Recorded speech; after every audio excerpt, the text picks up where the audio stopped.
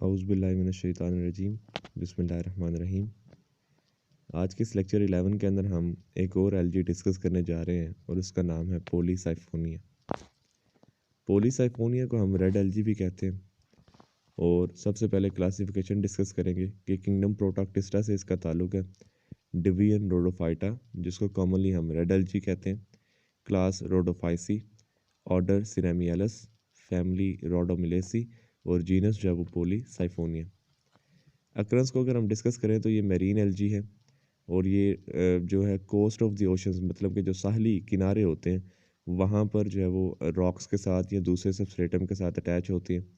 इनके जो कुछ मेंबर्स हैं वो एपीफाइट्स होते हैं। अगर हम इनका वेजिटेटिव स्ट्रक्चर डिस्कस करें तो उसके अंदर चार जो है वो मेन चीज़ें हैं। सबसे पहले है जी अटैचमेंट डिस्क, जो कि बिल्कुल बेस के ऊपर मौजूद होती है और उससे जो है वो अनसेप्टेट ब्रांच राइजॉइड्स जो है वो निकल रहे होते हैं। अब ये जितने भी स्ट्रक्चर्स हमने पढ़ने हैं इसको आगे चल के हम डायग्राम के अंदर भी डिस्कस करेंगे। उसके बाद इसका जो वर्टिकल पोर्शन होता है उसके अंदर मुख्तलिफ़ किस्म के आप सेल्स कह सकते हैं कि मौजूद होते हैं।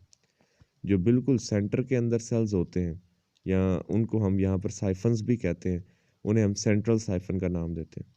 और उस सेंट्रल साइफन के इर्द गिर्द जो है वो और जो है वो सेल्स मौजूद हो सकते हैं जिन्हें हम जो है वो pericentral siphons, pericentral cells या पेरी सेंट्रल फिलामेंट्स का भी नाम देते हैं। और ये जो पेरी सेंट्रल सेल्स हैं या जो पेरी सेंट्रल फिलामेंट्स हैं, हर स्पीशी के अंदर जो है वो इनका एक ख़ास नंबर है। ठीक है, मतलब कि एक तरह से ये करेक्टरिस्टिक नंबर होता है हर स्पीशी के अंदर, ख़ास जो है वो नंबर होता है पेरी सेंट्रल सेल्स का कि कितने पेरी सेंट्रल सेल्स जो है वो मौजूद होंगे।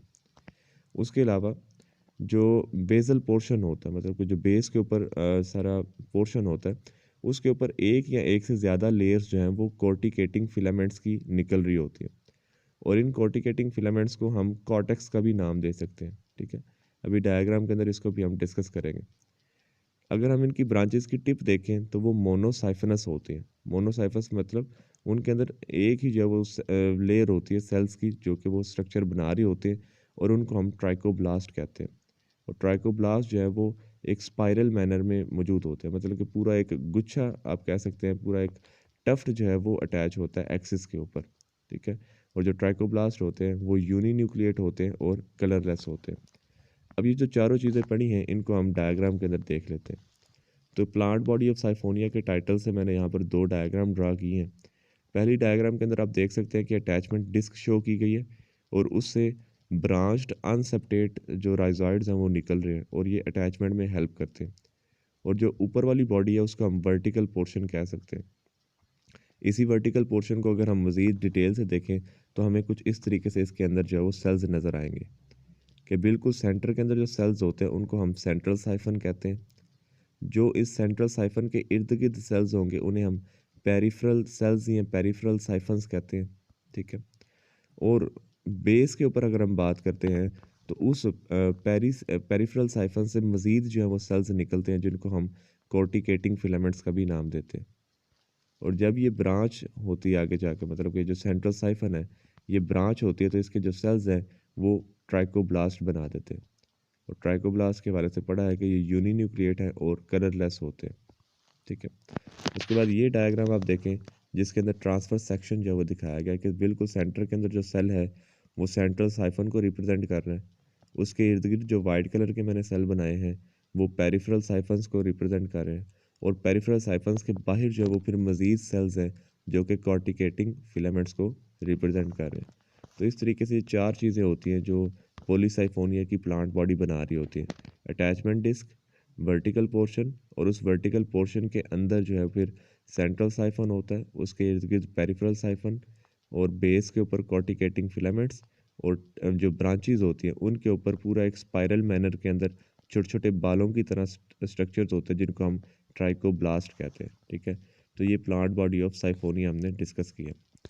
उसके बाद इसमें ग्रोथ का प्रोसेस किस तरीके से होता है, ग्रोथ का प्रोसेस समझने के लिए हमें दोबारा से जो है वो डायग्राम की तरफ जो है वो जाना पड़ेगा।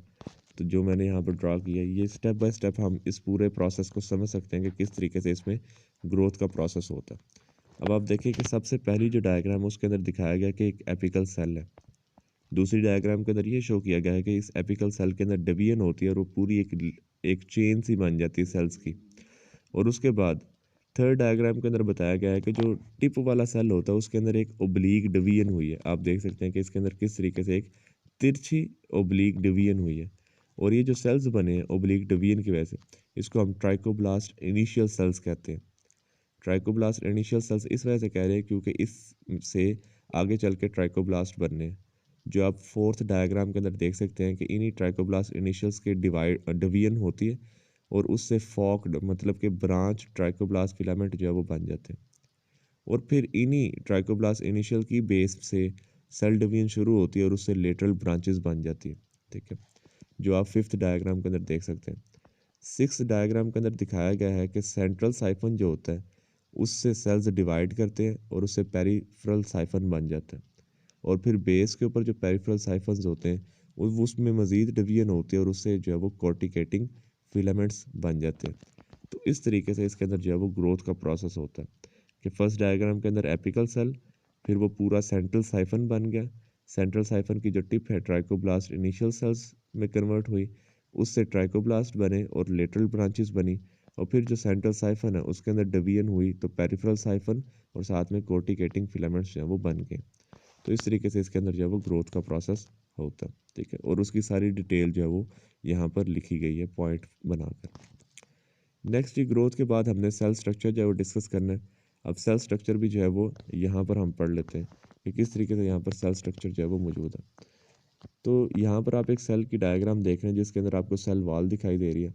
ठीक है, उसके अलावा इनके अंदर मल्टीपल न्यूक्लियाई हैं, इनके अंदर क्लोरोप्लास्ट मौजूद होंगे जिनके अंदर ख़ास किस्म के पिगमेंट्स होते हैं like chlorophyll A, D, beta carotenes, xanthophyll, और सबसे इम्पोर्टेंट जो इसके अंदर पिगमेंट्स हैं वो है फाइकोसाइनिन और फाइकोएरिथ्रिन। एक बात याद रखिएगा कि इनके अंदर जो पायरिनॉइड्स हैं वो एब्सेंट होते हैं, जबकि इनके सेल के अंदर ही फ्लोरिडीन स्टार्च जो है वो मौजूद होती है। अब फ्लोरिडीन स्टार्च बेसिकली क्या है, एक इंटरमीडिएट फॉर्म है स्टार्च और डेक्स्ट्रिन की। ठीक है, मतलब कि डेक्स्ट्रिन और स्टार्च की जो दरमियान वाली फॉर्म होती है उसको हम फ्लोरिडीन स्टार्च कहते हैं, और इनके सेल्स के अंदर स्टार्च जो है वो इस फॉर्म के अंदर स्टोर होती है। तो ये हमने सेल स्ट्रक्चर को यहाँ पर डिस्कस किया। इसके बाद अब रिप्रोडक्शन को हम डिस्कस करेंगे। पॉलीसाइफोनिया जो है वो isomorphic alternation of generation show करता है। अब आइसोमॉर्फिक का क्या मतलब होता है कि इसके अंदर जो गेमिटोफाइटिक बॉडी है और जो स्पोरोफिटिक बॉडी है वो आइडेंटिकल होती है, मतलब कि आप उसमें इतना ख़ास फ़र्क बता नहीं सकते।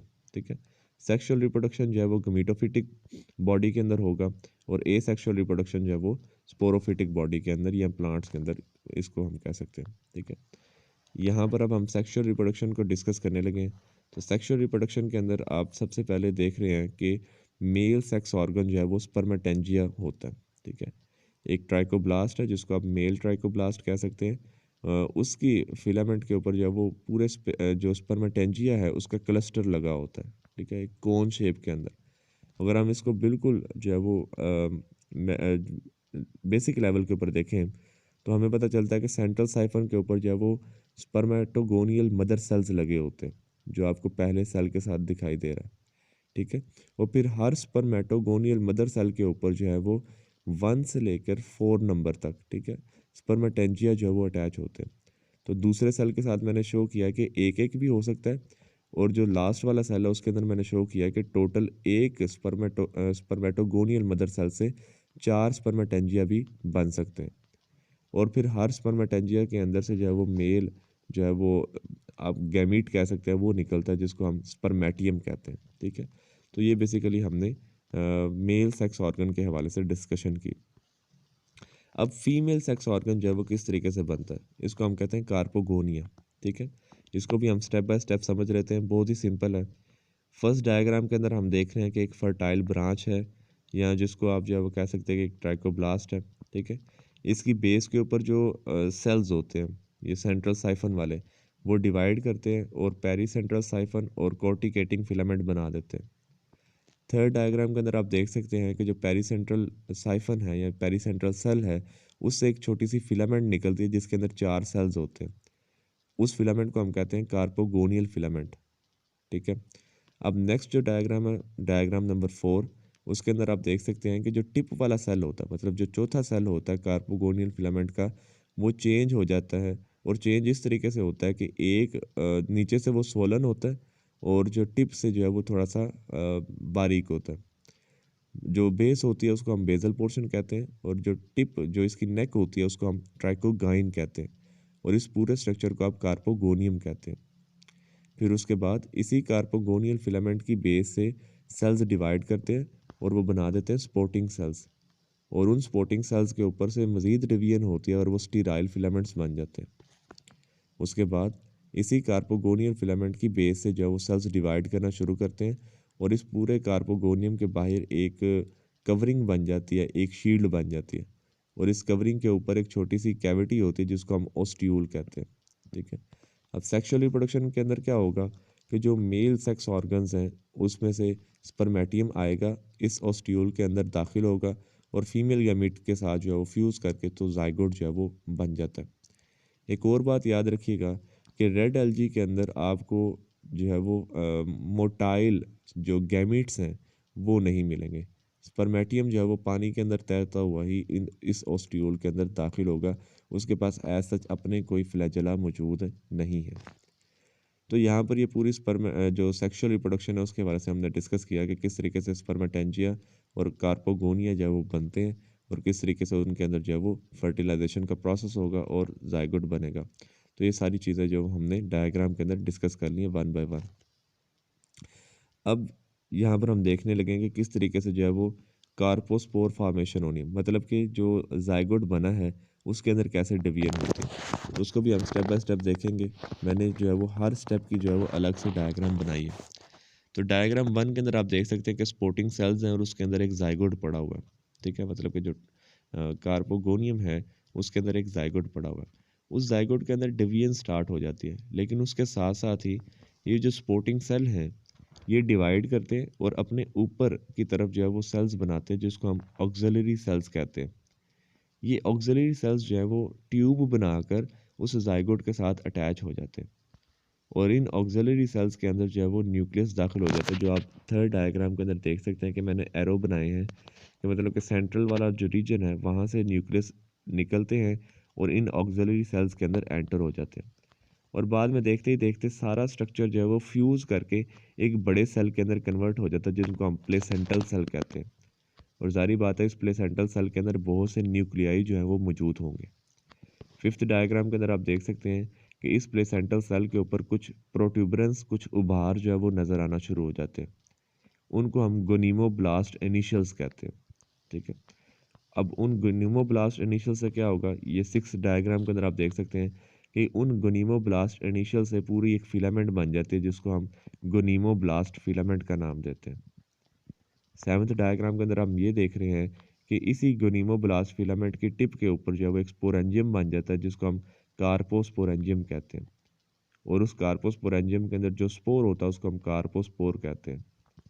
और इसके बाहर जो ये कवरिंग है, अब हम इस कवरिंग को एक ख़ास नाम देंगे, इसको हम पेरिकार्प भी कह सकते हैं और सिस्टोकार्प भी कह सकते हैं। और ये जो पूरा स्ट्रक्चर है जिसके अंदर प्लेसेंटल सेल था और उसके ऊपर जो है वो गोनीमो ब्लास्ट जो है वो फिलामेंट बना है, और फिर कार्पोस्पोरेंजियम और कार्पोस्पोर बने हैं उसके अंदर, इस पूरे स्ट्रक्चर को आप कार्पोस्पोरोफाइट का नाम देते हैं। इस कार्पोस्पोरोफाइट के जो कार्पोस्पोरेंजियम है उसमें से कार्पोस्पोर्स जो है वो बाहर निकलेंगे और वो जर्मिनेट करके जो है वो स्पोरोफाइट को बना देंगे। ठीक है। तो इस तरीके से ये कार्पोस्पोर फॉर्मेशन होती है। इस कार्पोस्पोर फॉर्मेशन के बाद जो है वो एक छोटा सा टॉपिक इसके साथ अटैच किया हुआ है कि ए सेक्शुअल रिप्रोडक्शन किस तरीके से होगी। अब इसी तरीके से एक ब्रांच होती है, उस ब्रांच के अंदर एक सेल ऐसा होता है जो फर्टाइल सेल की तरह बिहेव करता है, मतलब जो पेरी सेंट्रल सेल है वो फर्टाइल सेल की तरह बिहेव करता है। उस फर्टाइल सेल के अंदर डिवीजन होती है, और डिवीजन होने के साथ साथ ही एक जो है वो स्टार्क सेल बन जाएगा, और जो दूसरा होता है वो स्पोरेंजिया के अंदर कन्वर्ट हो जाता है, उसको हम टेट्रास्पोरेंजिया कहते हैं।